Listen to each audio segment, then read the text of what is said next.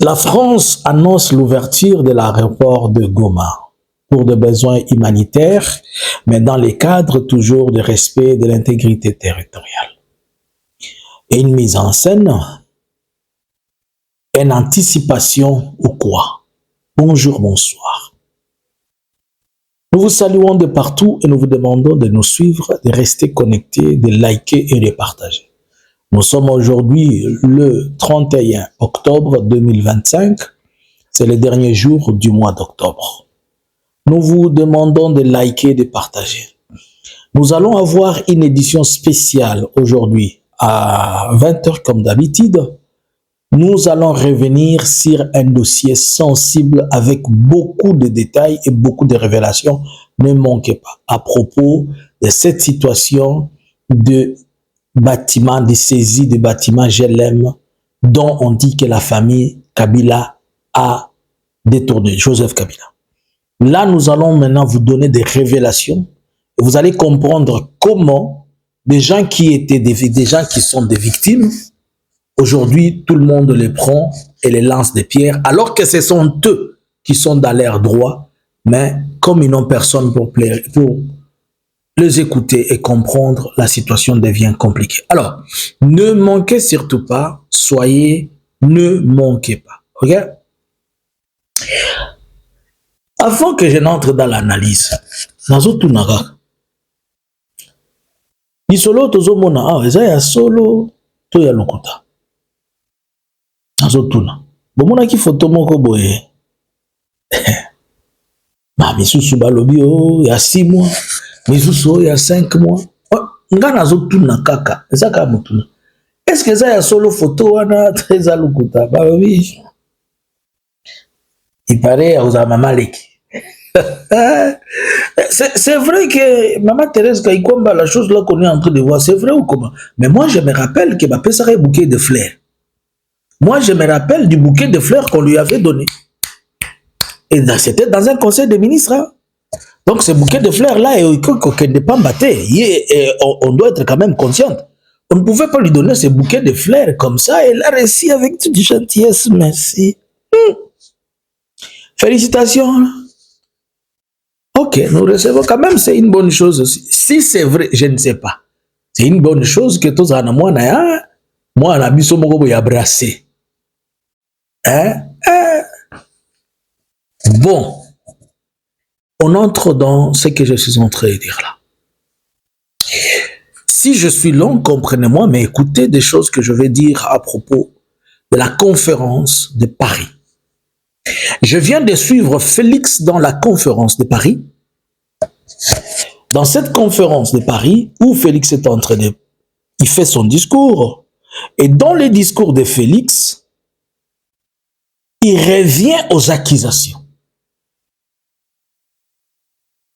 Et dans le discours de Félix, il accuse encore le M23. Et il demande à ce qu'on respecte la stricte demande, celle des retraits des troupes du M23 et des troupes rwandaises. En quelque sorte, il accuse encore le Rwanda d'agresser son pays, alors qu'il était en train d'attendre que lui et le Rwanda discutent de ce même pays, où il est en train d'accuser encore une seconde fois le Rwanda d'être l'envahisseur ou l'agresseur. Il est en train de discuter à Doha avec le M23 pour signer un accord de cessez-le-feu, un accord de paix, mais en même temps, il est en train de demander que les M23 quittent les territoires congolais. Y a-t-il quelqu'un qui comprend? Comment lui qui est en train de négocier ici, à Doha, et il y avait les gens de Doha qui étaient là, mais il y avait aussi l'Union africaine. Mais au même instant qu'il est en train de négocier avec Doha, et c'est au même instant qu'il dit en train de négocier avec l'AFC que l'AFC doit quitter. Donc, vous comprenez que avec Félix, vous faites 2 pas en avant, 10 pas en arrière. Des choses dont les gens ont discuté et ils ont évolué. Mais lui, il a toujours à l'esprit que le M23 doit quitter d'abord Goma et Bukavu. Si l'AFC doit quitter Goma et Bukavu, il est en train de faire quoi à Doha? Qu'est-ce qu'il est en train de faire à Doha? Jusqu'à quand Félix restera toujours non cohérent? Je ne sais pas jusqu'à quand. Et si le M23 doit quitter Goma et Bukavu, c'est pour aller où? L'autre partie du territoire là où ils iront, ça ne sera pas les Congo. Le M23, vous devez comprendre que vous avez affaire à quelqu'un qui n'est même pas dans votre logique. Félix est dans sa logique. Et le voilà dans son discours, il est en train de dire que ce qu'eux ils disent, c'est qu'ils ont comme plan, que après le retrait des M23, ils vont mettre en place d'urgence un programme de reconstruction et pour ce faire en 2026, ils mettent 5 milliards de dollars. Dans l'entretemps, il est venu à Paris, il a récolté 1,5 milliard. Quelqu'un qui a 5 milliards, il vient demander 1 milliard. Ce n'est pas qu'il vient demander 1 milliard qu'on ajoute à ce projet. Et ce n'est pas qu'il vient demander 1 milliard puisqu'il n'y a pas l'argent, mais il a déjà 5 milliards sur le projet qu'il veut faire, mais il demande encore 1 milliard. Donc c'est comme si lui, il a tellement l'argent, et comme il a tellement l'argent, il vient demander aux gens, donnez-moi l'argent alors que j'ai tellement l'argent. Il n'y a pas de cohérence pour moi, il n'y a pas de cohérence dans ça. Puisque s'il a 5 milliards et que tout est prévu pour le projet de développement et le projet humanitaire, et voilà, dans les cadres humanitaires, il doit prendre les 5 milliards, donc il ne va plus venir demander ici. On est en train de parler des questions humanitaires ici. Et en parlant des questions humanitaires, je vois seulement qu'on est en train de lancer des questions liées à l'humanitaire par rapport aux besoins. Il ne parle que de l'Est. Alors que le besoin humanitaire est partout sur la terre, en RDC, on parle de l'Est juste à cause du conflit, puisqu'on veut envenimer. Mais comment Félix peut parler de besoins humanitaires? Dans le Nord Kivu, le Sud Kivu, on a brossé un peu l'Ituri, alors que c'est en Ituri où on retrouve aussi un grand nombre de déplacés, presque 1 million. Mais il n'a pas parlé des deux Kasaï, où le taux et de la malnutrition, elle est au plus aigu. C'est-à-dire dans les Kasaï où il y a un besoin humanitaire important là. Il n'a pas parlé de ça. On vient à Paris pour acquiser. Maintenant ici, nous allons nous poser la question. Pourquoi la France a-t-elle accueilli ces assises alors qu'il y a d'autres assises politiques qui sont en train de continuer quelque part? Je vais relever deux facts. Au début du mois, il y avait la réunion au niveau de Bruxelles. Et cette réunion, c'était dans le cadre de l'Union européenne, où l'Union européenne devait parler des questions liées à l'économie. Cela fait que la Belgique, même si elle est sous couvert l'Union européenne, entre en danse. Et nous voyons déjà, il y a les États-Unis dans la danse, avec les accords de Washington, il y a les Qatar, avec l'histoire de Doha, il y a la Belgique qui s'ajoute, mais la France ne se retrouve pas. Et pour que la France se retrouve, comme si elle n'était pas dans la danse, la France devait mettre une autre approche, puisque la France ne va pas aussi faire l'approche de minerais, elle ne va pas faire l'approche de sécurité, et la France va puiser du bug que je peux dire qui était là, d'un trou humanitaire, il vient parler dans les cadres humanitaires. Mais la France se substitue en responsable de la RDC. En réalité, ce n'était pas à Macron d'annoncer que l'aéroport de Goma va s'ouvrir. Et non plus, ce n'est pas à Félix de l'annoncer. Mais quelque part, on peut attendre si Félix l'avait annoncé, puisque jusque-là, c'est lui le président de la République démocratique du Congo, et on suppose que la République démocratique du Congo, ce qui se passe, c'est encore sur sa responsabilité, malgré que cette partie du territoire, il ne la considère pas. Mais ici, c'est Macron qui est en train de faire une annonce comme si nous devons comprendre que la RDC n'appartenait pas aux Congolais, que la RDC était l'émanation de la volonté de toute la communauté internationale et notamment des pays qui se décident sur des choses. La France qui a aussi droit à quelque chose, elle se décide, c'est lui qui dit dans les jours à venir, l'aéroport va s'ouvrir. Lui, il est qui pour qu'ils donnent des ordres et qu'ils disent que l'aéroport va souffrir, même si c'est dans les cadres humanitaires. Et Félix, qui est le président, il n'a même pas parlé de ça. Donc, on a ravi à Félix l'autorité sur la RDC, c'est la France maintenant qui dicte. Mais là où ça cloche, le Rwanda dit niet. Cette réouverture ne doit que se faire sur base des accords existentiels, sur base de ce qu'il y a comme discussion à Doha. Je suis d'accord avec lui. Pourquoi? Puisque vous ne pouvez pas parler de la réouverture de l'aéroport de Goma si vous n'avez pas associé les M23. Pour la simple raison que ce n'est pas Kinshasa qui gère l'aéroport de Goma. C'est la M23 qui gère l'aéroport de Goma.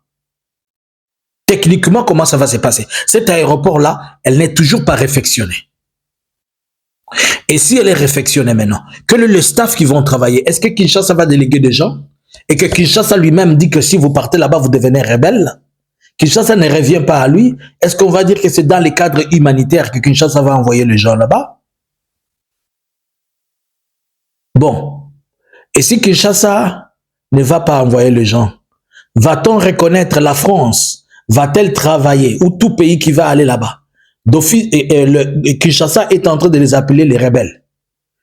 Est-ce que ces pays-là vont collaborer avec les rebelles?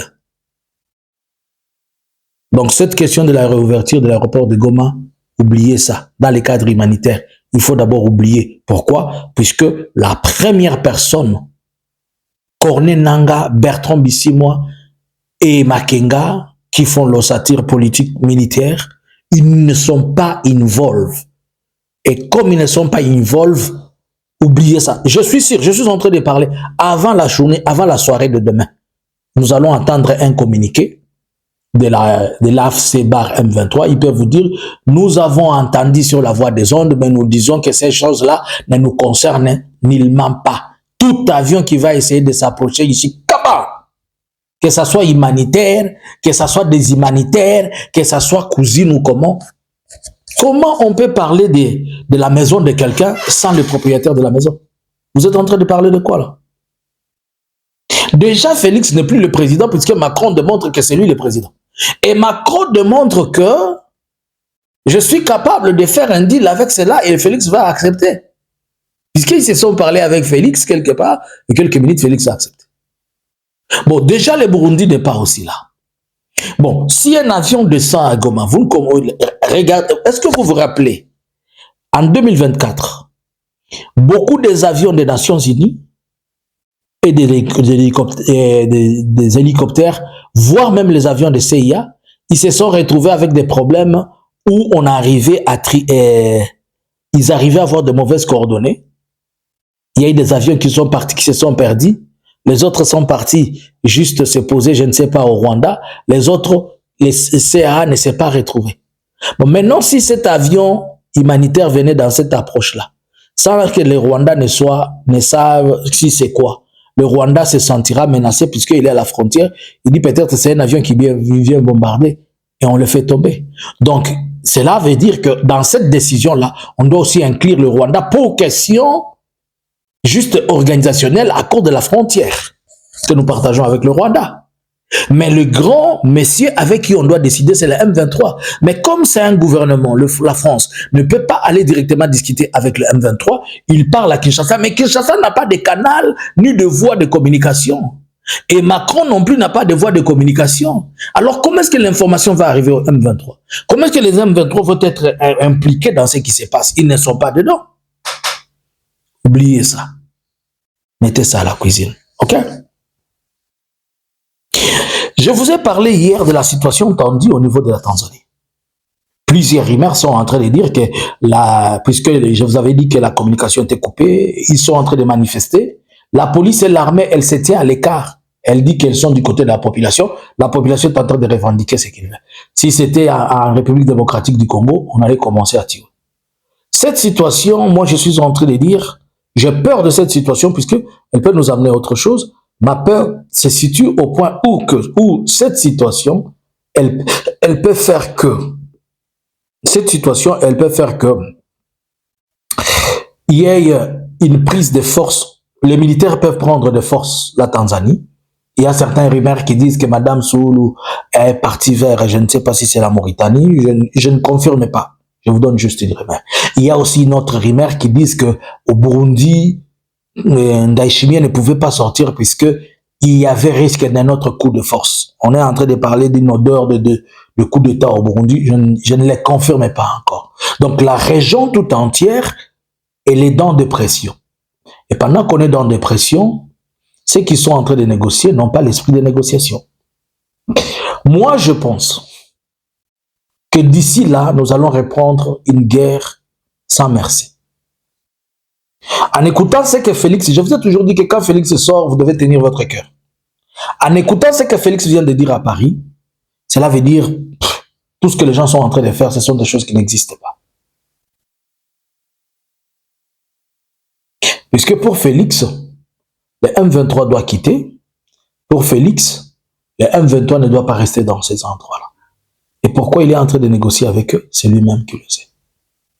Nous gardons contact avec vous et nous allons revenir pour faire des analyses et entrer, c'est la première partie, nous allons entrer en profondeur de cette chose.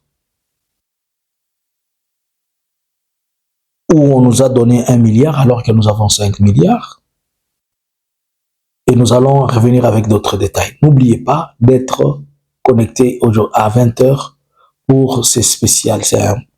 C'est vraiment un spécial où nous vous amenons des révélations si spéciales. Bonjour, bonsoir. Analysins Congo subscribers.